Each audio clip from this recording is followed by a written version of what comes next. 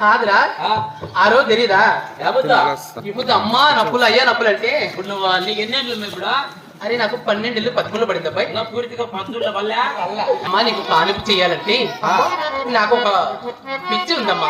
ఏమిటమ్మా ఏంటమ్మా నీకు పిచ్చా? నాకు అప్పుడే అర్థమైపోయింది. 12 వెళ్ళి 14 పడతా పడతా ఉంటుంది కదా, అప్పుడే అర్థమైపోయింది మీకు పిచ్చి ఉన్నదని.